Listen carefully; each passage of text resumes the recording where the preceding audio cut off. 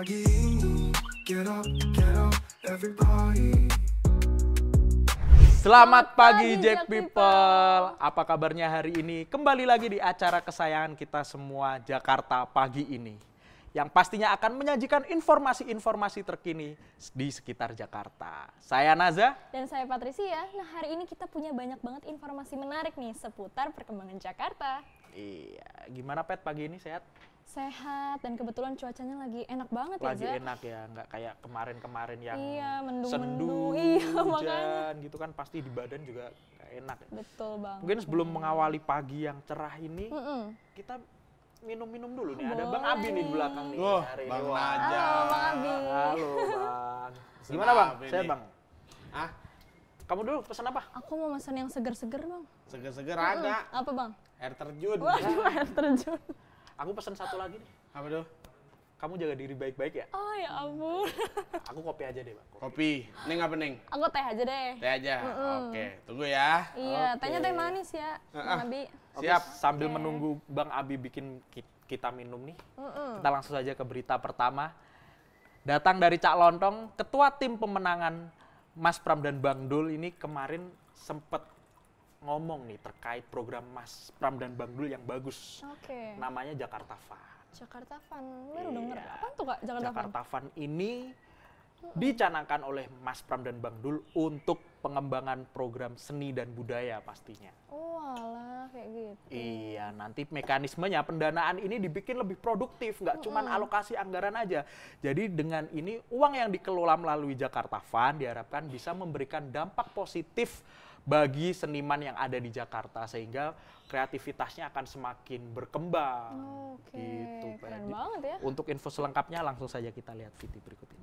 Cak Lontong, mantan Ketua Tim Pemenangan Mas Pram dan Bang Dul, menyampaikan pandangannya mengenai program Jakarta Fun yang digagas oleh pasangan pemimpin terpilih tersebut. Ia menilai program ini sebagai terobosan penting bagi para budayawan di Jakarta. Ada satu hal menarik yang dicetuskan Mas Pram dan Bang Dul, yaitu Jakarta Fun. Bagaimana nanti dari APBD akan dibuat menjadi Jakarta Fun yang dikelola secara profesional. Menurutnya, Jakarta Fun dirancang bukan sekadar sebagai alokasi anggaran, tetapi juga sebagai mekanisme pendanaan yang produktif. Karena dengan uang ini, bagaimana caranya uang bukan hanya digunakan, tetapi juga dapat menghasilkan yang bisa digunakan kembali untuk kegiatan-kegiatan di Jakarta Fun ini. Program ini diharapkan mampu memberikan ruang yang lebih besar bagi pengembangan seni, budaya, dan kegiatan kreatif di ibu kota secara berkelanjutan.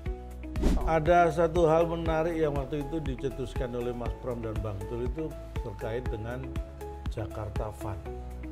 Fun dalam arti bukan fun ceria ya, tapi fun FUND, fun apa itu ya? Ya dana lah, dana. Oh, Dana. Fun Dana. Jadi Jakarta Fun itu dicetuskan Mas Pram dan Bang Dul itu bagaimana nanti dari APBD itu akan dibuat semacam Jakarta Fund yang itulah yang dikelola secara profesional ya. Ya. Ini harus profesional karena ini uang bukan hanya digunakan tapi juga bagaimana ini bisa menghasilkan.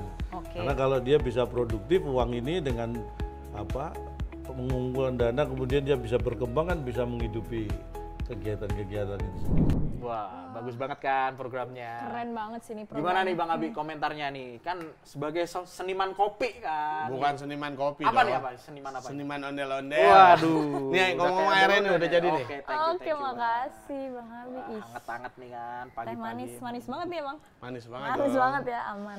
Berarti ini program Jakarta Fun, seniman sama budayawan pastinya udah banyak makmur lah ya. Iya, iya, diharapkan jelas. bisa lebih sejahtera dan bisa lebih kreatif, Bang. Karena anggarannya nggak cuma digelontorkan tapi diputer. Betul. Dikelola baik dengan orang-orang yang baik. Iya, pastinya. banget nih. Oke. Tapi nggak cuman Jakarta Fun aja nih, Iya. karena Cak Lontong tuh juga ngomongin soal pentingnya komedi sebagai jembatan komunikasi antara pemimpin dan warga Jakarta nih, Za. Bener, Pet. Menurut Cak Lontong, seni budaya termasuk komedi dapat menjadi cara yang efektif untuk mendekatkan diri dengan masyarakat. Nah, daripada penasaran, mending kita langsung aja simak liputannya. Komedi dinilai sebagai jembatan komunikasi yang efektif antara pemimpin dan masyarakat. Hal ini disampaikan oleh Cak Lontong mantan ketua tim pemenangan Mas Pram dan Bang Dul dalam diskusi terkait kepemimpinan di Jakarta. Salah satu bentuk supaya bisa riang gembira itu kan komedi. Selain itu, bisa musik ataupun entertain lainnya. Bagaimana seni dan budaya dimanfaatkan betul oleh Mas Pram dan Bang Dul untuk pendekatan dengan warga Jakarta. Karena seni dan budaya itu bisa jadi pemersatu yang memecah antara pemimpin dan warganya. Ia juga menyoroti kombinasi peran Mas Pram sebagai politisi senior dan Bang Dul sebagai pelaku seni yang relevan untuk Jakarta. Saya lihat ide-ide Mas Pram dan Bang Dul untuk budayanya sangat relevan dengan kebutuhan warga Jakarta. Ini menunjukkan bagaimana seorang pemimpin peduli dengan budaya dan tahu ke depannya akan mengelola seperti apa. Pendekatan seni dan budaya ini dinilai mampu menciptakan hubungan harmonis antara pemimpin dan warganya. Salah satu cara untuk membuat riang gembira itu bentuknya kan bisa komedi, bisa juga dengan musik ataupun ya entertain lainnya lah. Tapi seperti yang tadi saya sempat ikuti video pembuka itu kan, bagaimana bahwa kemudian seni dan budaya ini dimanfaatkan betul, digunakan betul oleh Mas Pram dan Bang Dul untuk melakukan pendekatan-pendekatan kepada warga Jakarta. Karena yang namanya seni budaya itu kan biasanya itu bisa menjadi pemersatu, pemecah sekat-sekat yang menjadi penghalang selama ini antara pemimpin dan warganya. Dari latar belakang beliau berdua itu kan saya akhirnya menyimpulkan bahwa Mas Pram sebagai calon gubernur waktu itu, saya anggap orang yang tahu Jakarta. Jadi Mas Pram itu tahu Jakarta. Kalau Bang Dul sebagai wakil gubernur, itu Jakarta tahu. Jadi Jakarta tahu Bang Dul, artinya Bang Dul secara popularitas memang itu kan lebih tinggi daripada Mas Pram. Makanya Mas Pram itu tahu tentang Jakarta, Mas Pram tahu Jakarta, Bang Dul Jakarta tahu. Jadi saya lihat ide-ide beliau berdua itu sangat relevan waktu itu, dan budayawan ketika dialog seperti itu bisa merasakan bahwa sepertinya ini yang dibutuhkan gitu, bagaimana seorang pemimpin, gubernur dan wakil gubernur di Jakarta peduli dengan budaya dan tahu nanti ke depan akan mengelolanya seperti apa. Itu yang penting.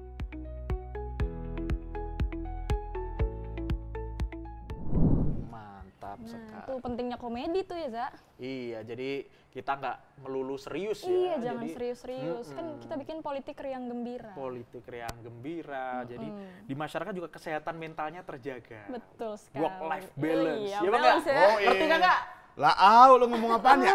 Itulah. Balance, oke. Jadi harus work-life balance. Selanjutnya Jack People, aduh dari tadi ngomongin soal Jakarta. Ngomong-ngomong perut lapar nih, Bang. Agak Perut lapar.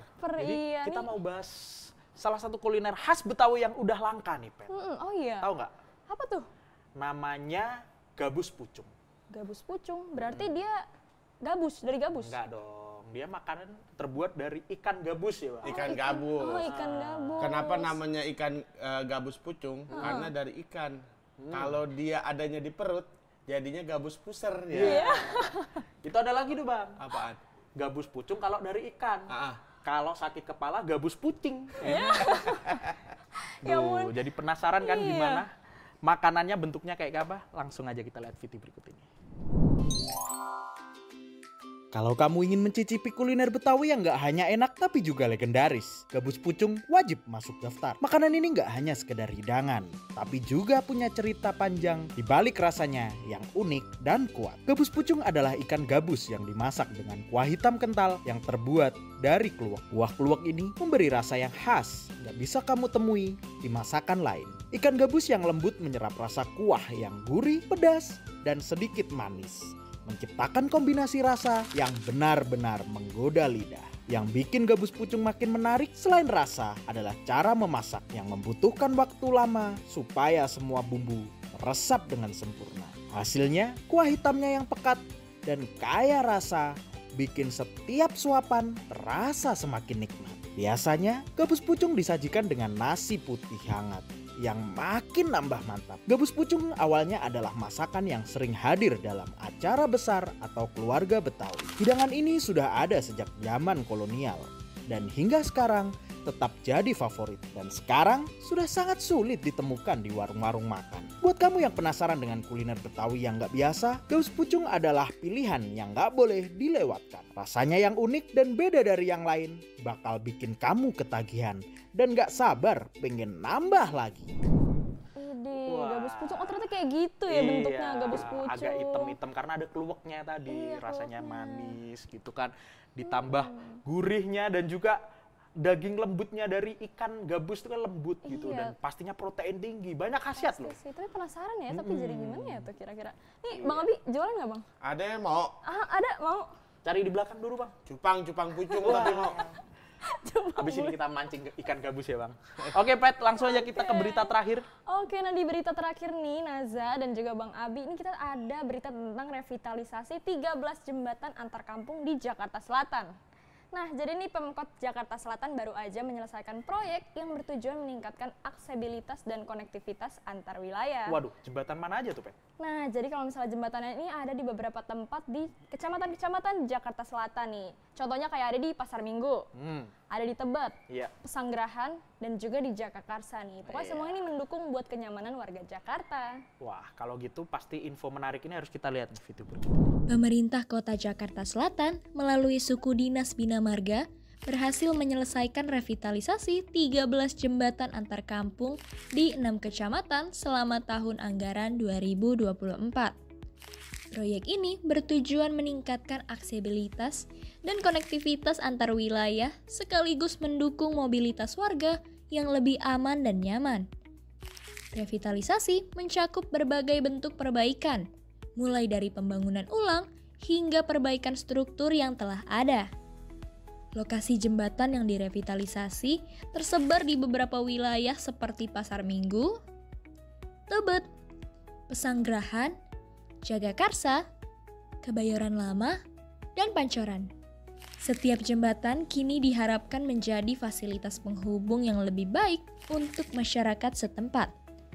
Agus Indroyono, Kepala Seksi Jalan dan Jembatan Sudin Bina Marga Jakarta Selatan, menyampaikan harapannya agar jembatan-jembatan yang telah diperbaiki dapat dijaga dengan baik oleh masyarakat. Hal ini penting agar fasilitas tersebut tetap memberikan manfaat dalam jangka panjang.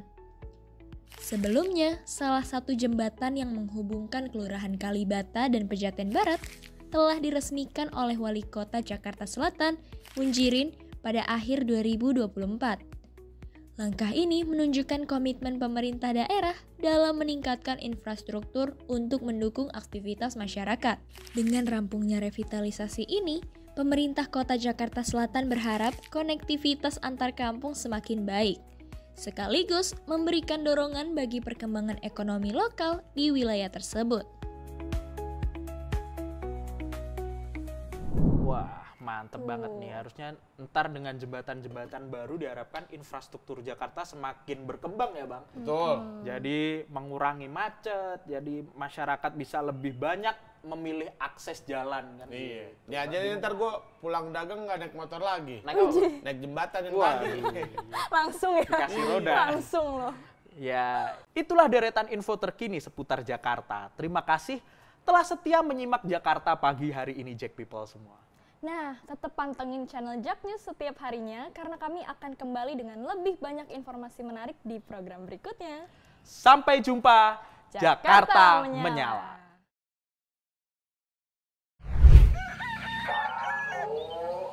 Jakarta pagi, semua gelap di sana sini.